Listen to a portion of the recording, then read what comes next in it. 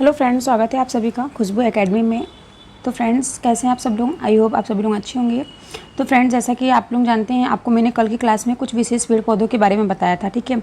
और फ्रेंड्स, मैं आपको बता दूं, उससे काफ़ी ज़्यादा क्वेश्चन आंसर आपके एग्जाम में पूछे गए हैं। वो मैं आपको PYQ आज इवनिंग वाली क्लास में कराऊंगी।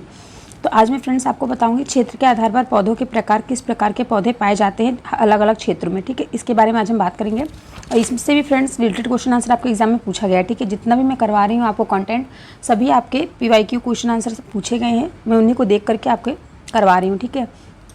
तो देखिए, कल की क्लास में आपको एक बार रिवीजन कराती हूँ। मैंने कल की क्लास में आपको क्या क्या बताया था।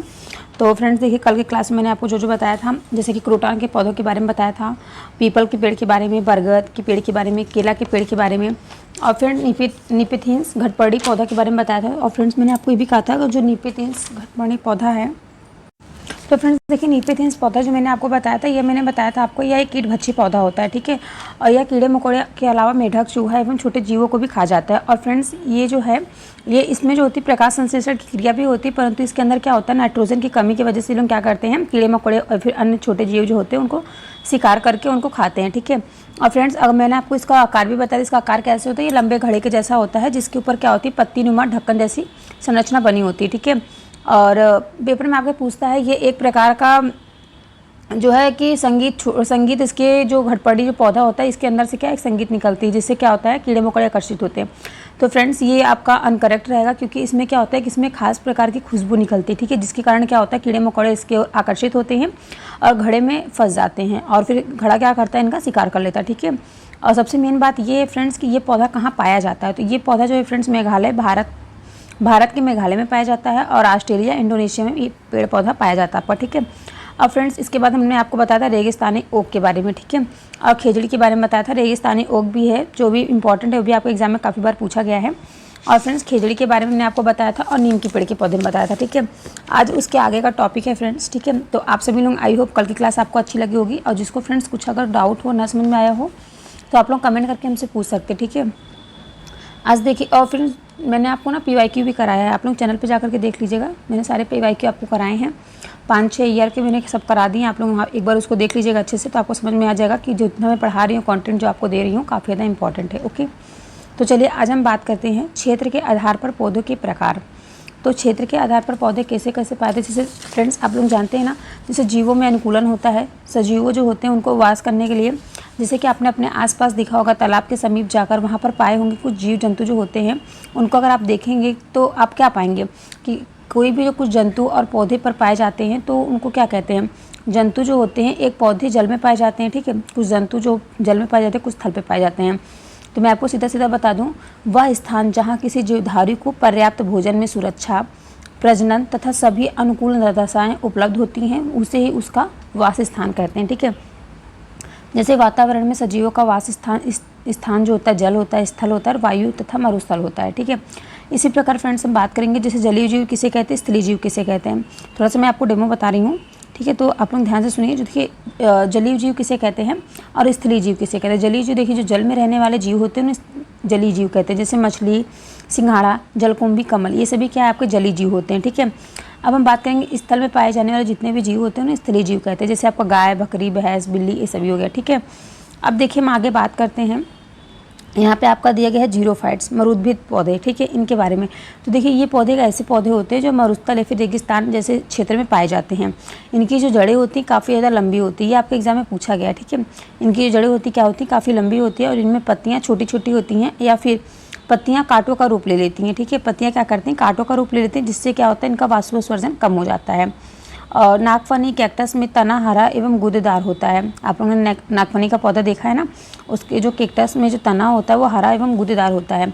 और मोमी क्या होती है, मोमी परत से ढका होता है। इससे क्या होता है, तने ही क्या करते हैं, प्रकाश संश्लेषण करते हैं, ठीक है।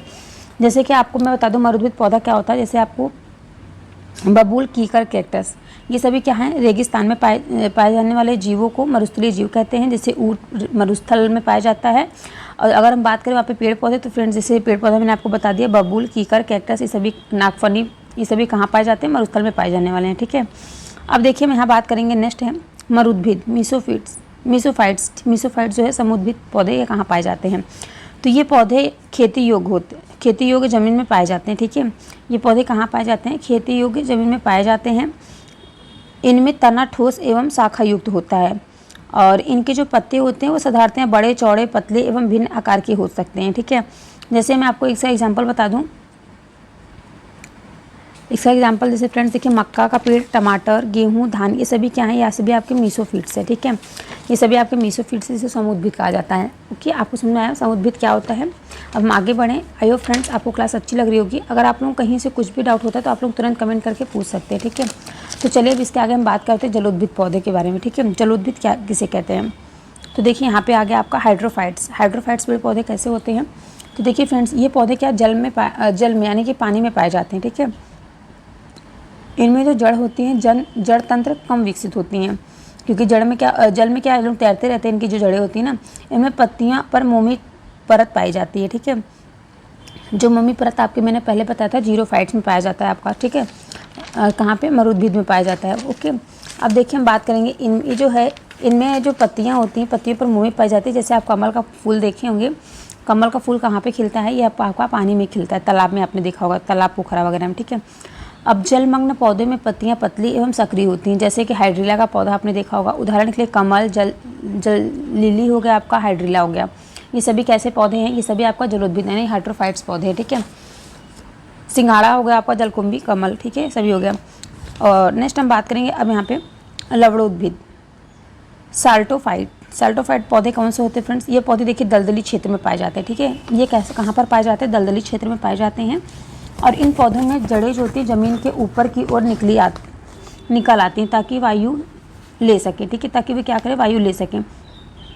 उदाहरण में जैसे मैग्रोवा सुंदरी पेड़। ठीक है, जिसे क्या है? मैग्रोवा सुंदरी पेड़, ये क्या है? लवणोद्भिद पौधा है आपका, जो साल्टोफाइट्स होता है। ठीक है, अब देखिए इसके आगे हम बात करेंगे। यहाँ पे आपका दिया है आटपोद्भिद पौधा, या फिर होलियोफाइट्स, या फिर सूर्य प्रकाश प्रेमी। तो फ्रेंड्स देखिए, आप लोग सूर्य प्रकाश प्रेमी समझ रहे हैं आप लोग कौन सा? सनलाइट लवर्स जो पेड़ पौधा होता है किसे कहते हैं? जैसे आप सबसे अच्छा एग्जाम्पल जो है वो है आपका, ये केवल सूर्य के प्रकाश में अच्छी तरह से विकसित होते हैं।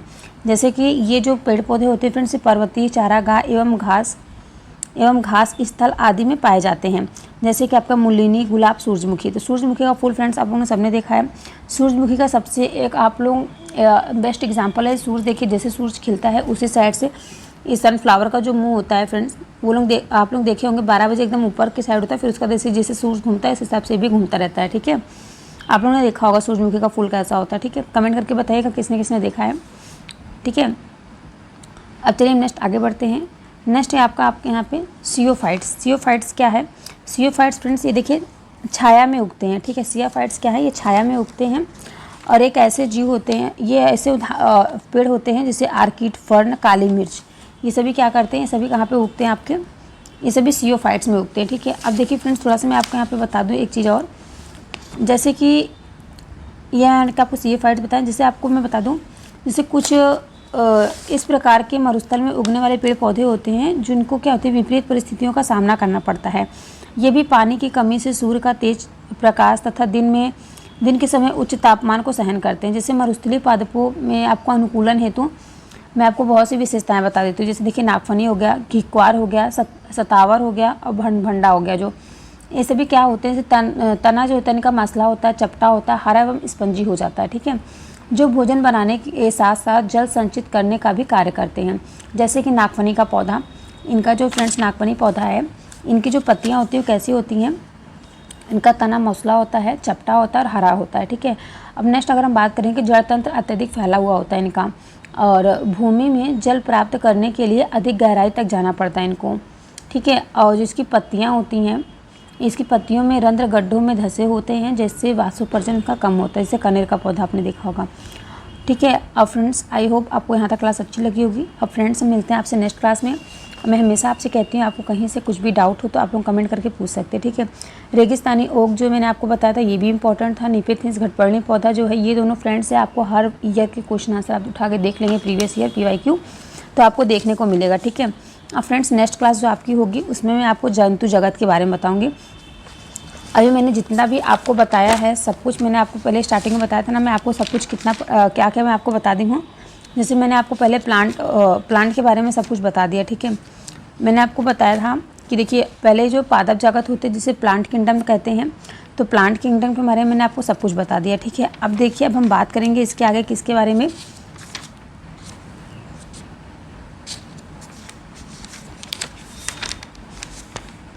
हम इसके आगे बात करें फ्रेंड्स जंतु जगत फौना के बारे में। इस जगत में क्या होता है, जंतुओं के विषय में पढ़ा जाता है। तो आपको मैं जंतुओं के बारे में जितने भी टॉपिक हैं मैं आपको सब कराऊंगी, ठीक है, नेक्स्ट क्लास में। तो फ्रेंड्स आप सभी से रिक्वेस्ट है कि सभी लोग वीडियो को लाइक शेयर सब्सक्राइब कर दीजिएगा, और जिसने अभी तक चैनल को सब्सक्राइब ना किया तो आप लोग सब्सक्राइब करके बेल आइकन प्रेस कर लीजिएगा, ताकि आगे के आने वाली वीडियो आप सब तक सबसे पहले पहुँच सके, ठीक है। चलिए मिलते हैं नेक्स्ट क्लास में। बहुत बहुत धन्यवाद आप सभी का।